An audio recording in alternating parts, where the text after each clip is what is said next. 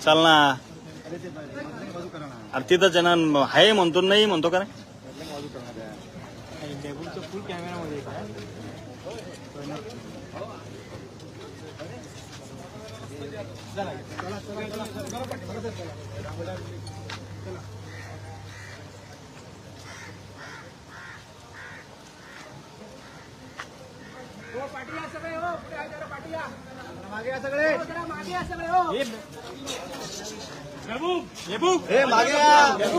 मागे सगळे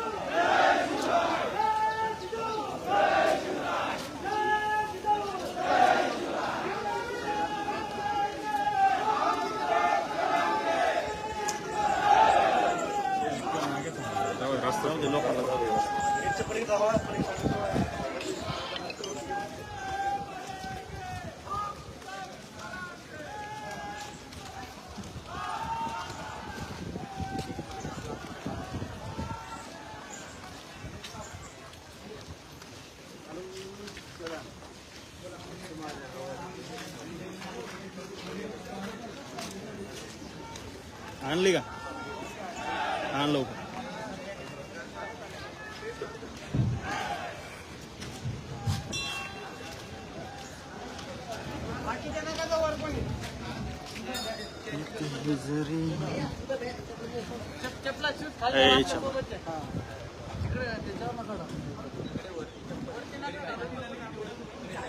सध्या मालवणला संघर्ष होते म्हणून रांगे पाटील त्याचा अपडेट आपल्याला देतो आहे आणि आपल्यासोबतच आमचे मित्र विनोद पाटील सुद्धा आहेत आणि सध्या संघर्ष होते म्हणून रांगे पाटील मालवणमध्ये ज्या ठिकाणी छत्रपती शिवरायांचा पुतळा ढासळलेला आहे खऱ्या अर्थानं कुणासाठी तो पुतळा असेल पण आमच्यासाठी आमचा बाप ढासळल्याची भावना मराठ्यांच्या प्रत्येकाच्या मनामध्ये आहेत आणि संघर्ष योद्धे मनोज जरांगे पाटील या ठिकाणी पोहोचलेले आहेत कारण निकृष्ट दर्जाचं काम ज्या आर्टिस्टनं केलंय कुणाच्या दबावाखाली केलंय हेही अनेक प्रश्न आपल्या प्रत्येकाच्या मनामध्ये आहेत आणि त्या प्रश्नांची नक्कीच सखोल चौकशी हे सुद्धा मागणी केली जाते आहे राजकोटमध्ये संघर्ष योद्धे मनोज जरांगे पाटील पोहोचलेले आहेत आणि आत्ताचं अपडेट आपल्याबद्दल मी सुदय विसे पाटील आपण माईक पण आणला बरं दादा हो 24 तास माईक आणला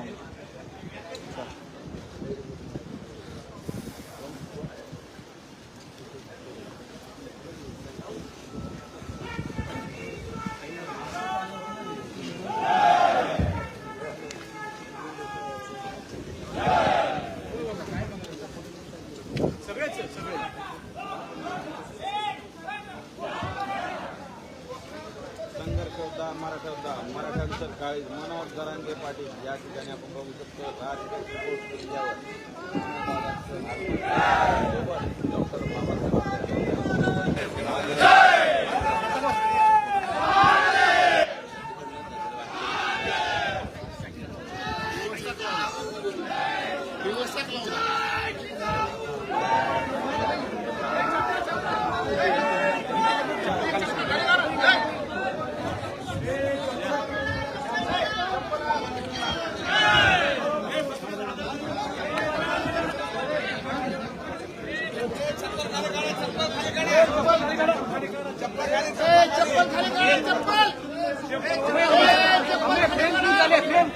लवकर इकडे चप्पल खाली काढा चप्पल खाली या साईडने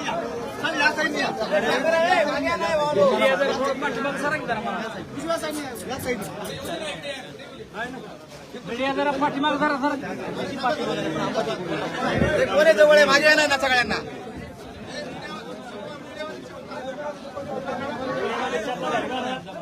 चपला खाली सोडा चपला मीडियावाले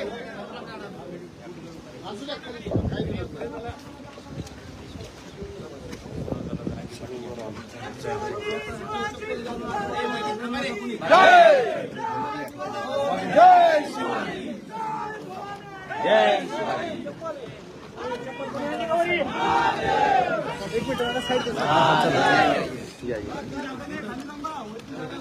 एक मिनिट दादा जरा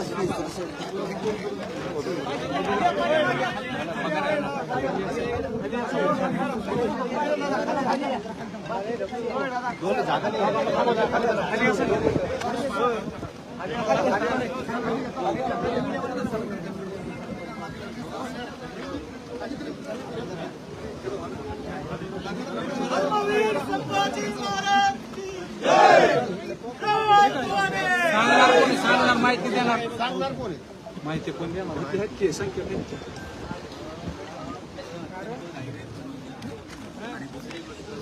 शासन सांगते की हा नौसेनेने बनवलेला आहे. नौसेनेने फक्त वर्क ऑर्डर दिलेली आहे आणि 6 कोटी रुपये हे महाराष्ट्राच्या तिजोरीतून नौसेनेने केलेले आहे.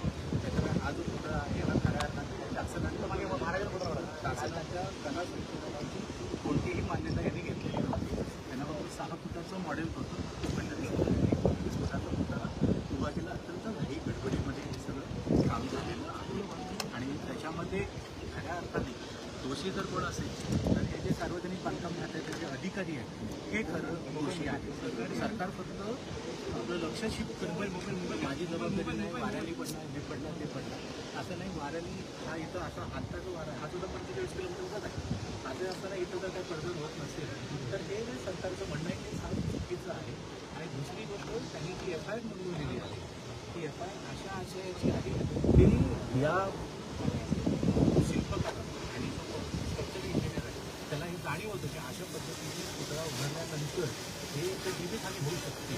अशा प्रकारची जाणीव असताना त्यांनी उभारले नाही. या आशयाची फिर्याद जर फिर्याद जर खरी मानली तर शासनाचं जे म्हणणं आहे की तांत्रिक कारणामुळे वाऱ्यामुळे पडणं हे खोटं आहे आणि त्यातसुद्धा त्याची जागृती झालेली होती. तरी असताना इथल्या सार्वजनिक बांधकाम खात्याच्या अधिकाऱ्यांनी काहीही लक्ष दिलं नाही याच्यामध्ये आणि त्यांच्या अक्षम्य हलगर्जीपणामुळे आज अख्ख्या महाराष्ट्राला हे दुःखाचं सावट बघावं लागतं. हा सर फाउंडेशन याच्या खाली आहे. हा चबुतरा आहे.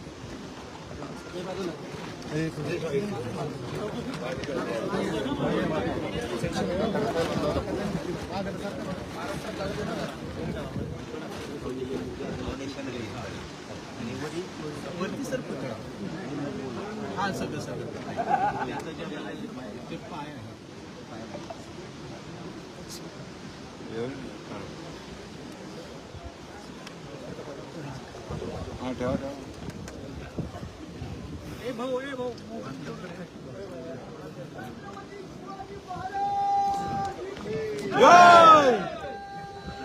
आणि सर आमची अशी विनंती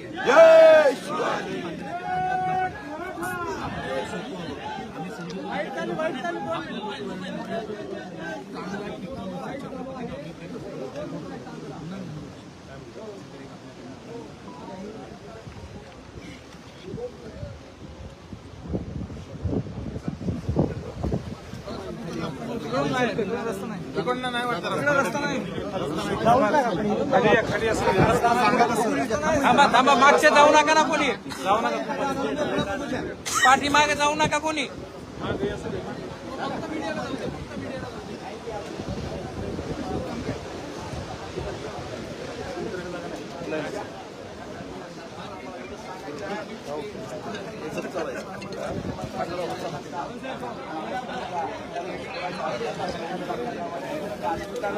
आम्ही देव मानतो आणि आम्ही आमच्या कुठेही सरकार असो याची तुम्हाला दक्षता घ्यावं लागेल. जय भवानी, जय शिवाजी महाराज की जय.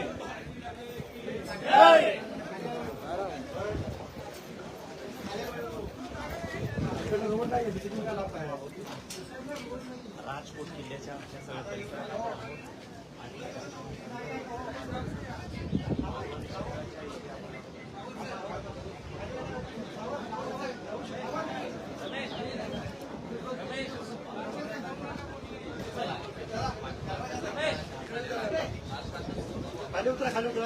वाऱ्याचा म्हणजे पश्चिमेकडून इकडच्या साईडला वारा आहे. आता समुद्राच्या साईडला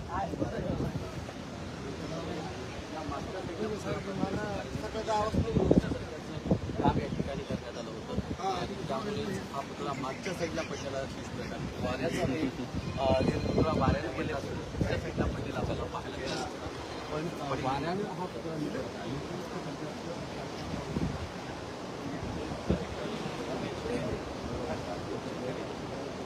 आमचं लाईव्ह आहे.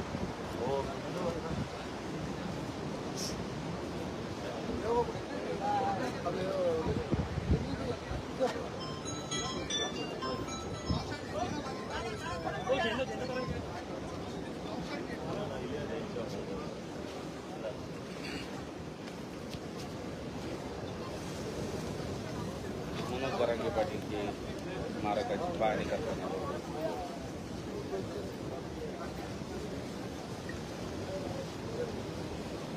सोबत डॉक्टर बाबासाहेब आंबेडकर यांचे पण राजरत्न जे आपण या ठिकाणी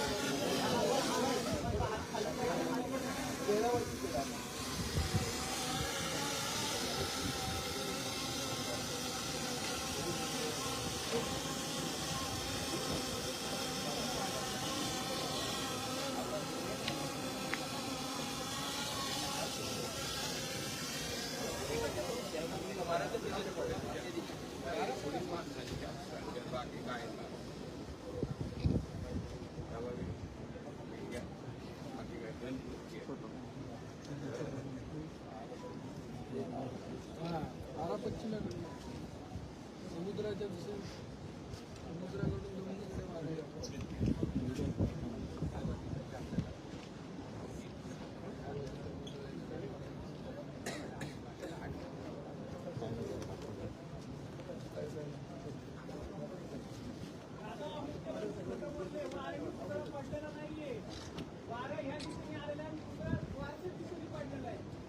समुद्राच्या दिशेने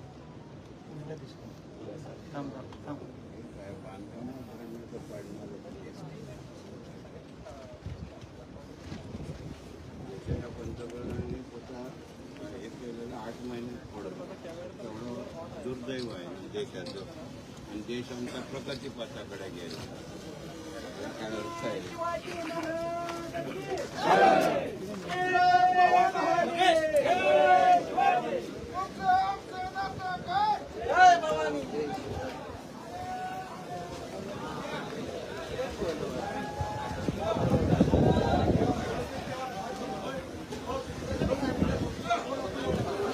सर्व साईड प्रेस घ्यायची का पुढं खाली खाली असतं बाई तिथं पुढं असतं खाली जाणार बॉस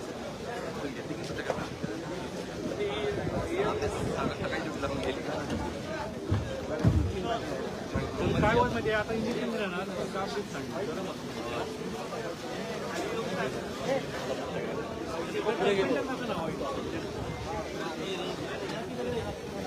खाली या, खाली प्रेस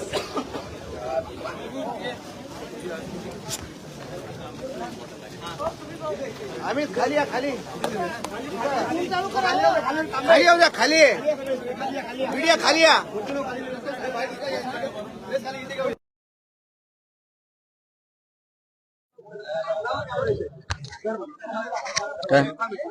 अरे यार तुम्ही काय करताय जबरदस्ती तुम्हाला घ्यायला आलो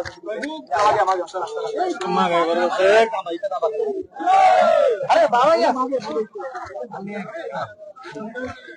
मागे या सगळे मागे या जरा. चालू करा.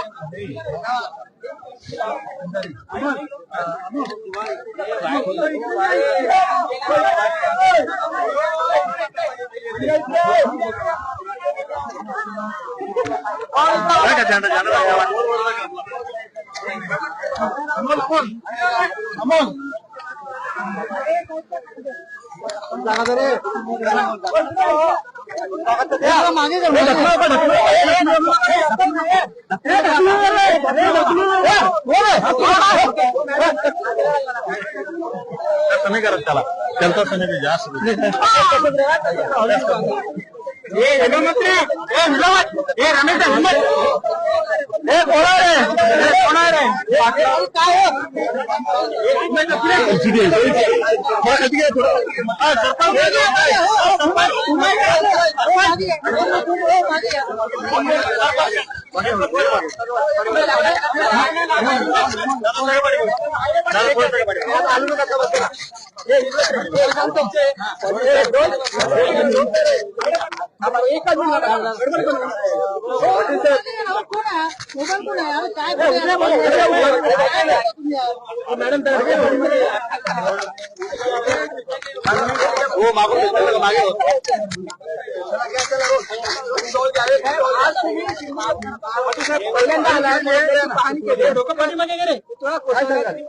काय सांगाल? हे दुर्दैवी घटना होती. पूर्ण राज्य आणि देश दुखावल्या आणि आज आपण आलं पाहिजे म्हणून आम्ही परवा ठरवलं की आपण राजकोट किल्ल्यावरती जायचं, पाहणी करायची, भेट घ्यायची, दर्शन घ्यायचं आणि ते आम्ही घेतलं. परंतु इथे चर्चा करताना इथल्या बांधवांचं असं म्हणणं आहे काही की तो जो स्मारक आहे, छत्रपती शिवरायांचा जो पुतळा आहे तो त्याच्यात काय मिलावट आहे त्या पुतळ्यामध्ये, म्हणजे फायबरची ब्रॉन्झ ते नसून त्यामुळे काय असं नाही, शंका व्यक्त केली. आता ते सरकारनं बघितलं पाहिजे ते खरं आहे का कसं आहे.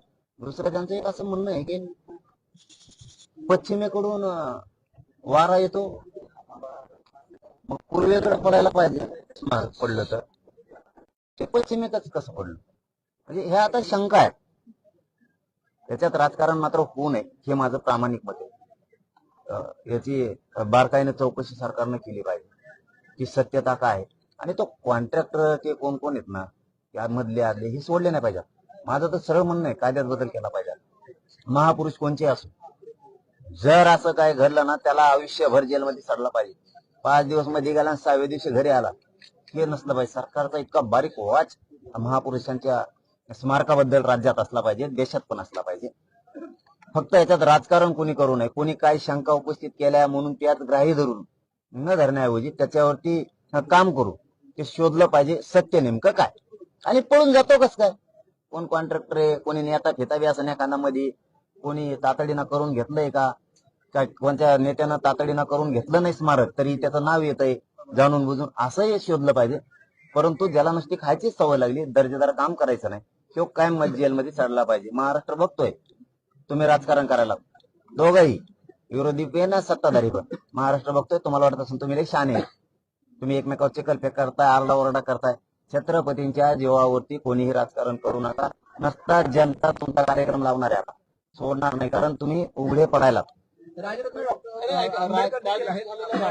आणि झालेला राडावे राजकारण याच्याबद्दल म्हणजे तुम्ही काही घोषणा पण कार्यकर्त्यांना सांगितलं की राजकीय घोषणा किंवा समाजाच्या घोषणा कोणत्याही द्यायच्या नाहीयेत, तर राडाने आता हे सगळं घडेल त्याच्यावरती काय प्रतिक्रिया दिली? आम्ही जनतेचं दैनंदिन जीवनातलं अडीअडचणी जाणणारे लोक आहेत, त्याच्यामुळे आम्हाला इथं घोषणा द्यायच्या नाही का म्हणून आम्ही सांगताना सांगितलं इथं कुठल्याही घोषणा द्यायच्या नाहीत, ना राजकारणाच्या नाही, ना कोणच्या नाही, ना कोणच्या नाही. छत्रपती शिवरायांच्या बद्दल द्यायचं त्यांचं ध्येय हे फक्त खुर्च्या मिळवण्यासाठी. मग त्यात कोणी असो, ती कोणी विरोधी पक्ष असो, सत्ताधारी असो, फक्त छत्रपतींचा वापर यांना सत्तेसाठी करायचा आहे. यांना दुःखच नाहीये. यांना जर दुःख असतं, यांच्या जर भावना दुखावल्या असत्या, यांना जर अपमान वाटला असता तर यांनी राडे नसते केले, याच्या मुळाशी गेले असते आणि पुन्हा हे काम सुरू करण्यासाठी सरकारकडे लावून धरलं असतं. कारण इथं स्मारक सुद्धा आता उभा राहणं गरजेचं आहे. तातडी शब्द वापरण्याऐवजी दर्जेदार, वेळ लागला तरी चालत, मग स्मारक असं झालं पाहिजे इथलं, हे सरकारनं लक्षात घेतलं पाहिजे. हे प्रचंड मोठं, परंतु ते टिकाऊ. चांगल्यातून वाईट अजून चांगलं होईल असं म्हणतात. काय राजकीय शब्द असते त्यांचे. आपल्या सोबत आहेत, काय नेमकी चर्चा झाली? आपण पुतळा पाहणी करतो ते एकत्रित. नाही इथं कशी चर्चा होईल, ते संदर्भ इथं नको जोडायला. ते बघा, आम्ही ते म्हणले मला यायचं, म्हणलं चला, आपल्याला सरळ असतंय, चला म्हणलं तर जाऊ की. इथं येणं म्हणजे हे बघा, या देशातल्या प्रत्येक माणसाच्या भावना दाखवल्या. इथं राजकीय चर्चा आमची काही होऊ शकत नाही, आमचा तो काही विषय पण नाही. ते माणूस आहे, मी माणूस आहे, आम्हाला दोघांना दुःख झालं, असंच राज्याला आणि देशाला झालं, सगळे येत आहेत.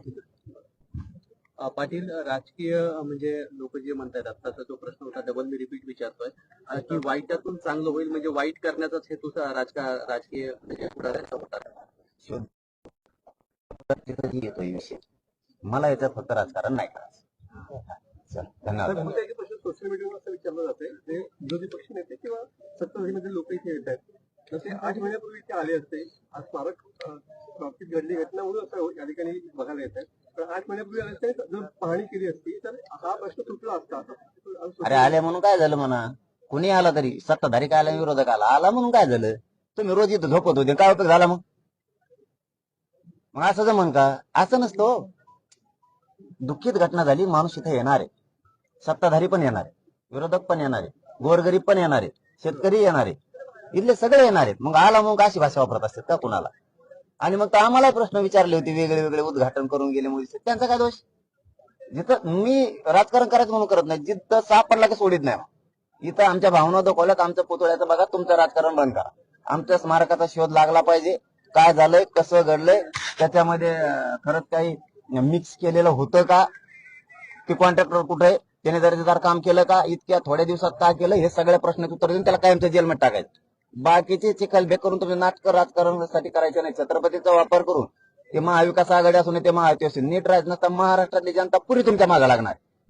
तुम्हाला वाटत असं आता मजेत चाललंय, तुमच्यात आंदोलन उभा करताय म्हणजे आम्ही जिरू, भाषा कळते ना दोघांना पण. तुम्हाला वाटत असं आम्ही 2 जण आंदोलन करून जिरू, हे विषय जिरत नसतो. आम्ही आहेत ना शिल्लक महाराष्ट्रातली देशातली जनता, आणखी तुम्हाला दोघाला जिरून देणार नाहीत आम्ही. कारण तुम्ही राजकारण करून सत्ता भोगायचं काम करू नका माझ्या छत्रपतींच्या नावावर. तिसरी आघाडी उभारणार का? नाही, राजकीय बोलणारच नाही. इथं मी राजांच्या चरणी. मंत्र्यांच्या स्वीय सहायकाचा मित्र आणि मुख्यमंत्र्यांच्या मुलाचा मित्र अशी त्या 1 नंबर आरोपीची ओळख झालेली आहे. यामध्ये त्याला कुठेतरी वेळ काढूपणा केला जातोय का? तो पंतप्रधानाचा पाहुणा असला तरी जेलला कायमचा सडला पाहिजे, एवढे जनतेला माहित. याचा मित्र आणि त्याचा मित्र कोणाचे मित्र फतरावरी राज्य चालत नाही किंवा जनता चालत नाही. तुमचे कोणाचे मित्र असतील, हितसंबंध नसतील, आम्हाला त्याच्याशी देणं घेणं नाही. आमच्या भावना दुखावल्या त्याच्यामुळं तो जेलला पाहिजे आणि कायम सडल्याला पाहिजे. चला, धन्यवाद दादा. छत्रपती शिवाजी महाराज.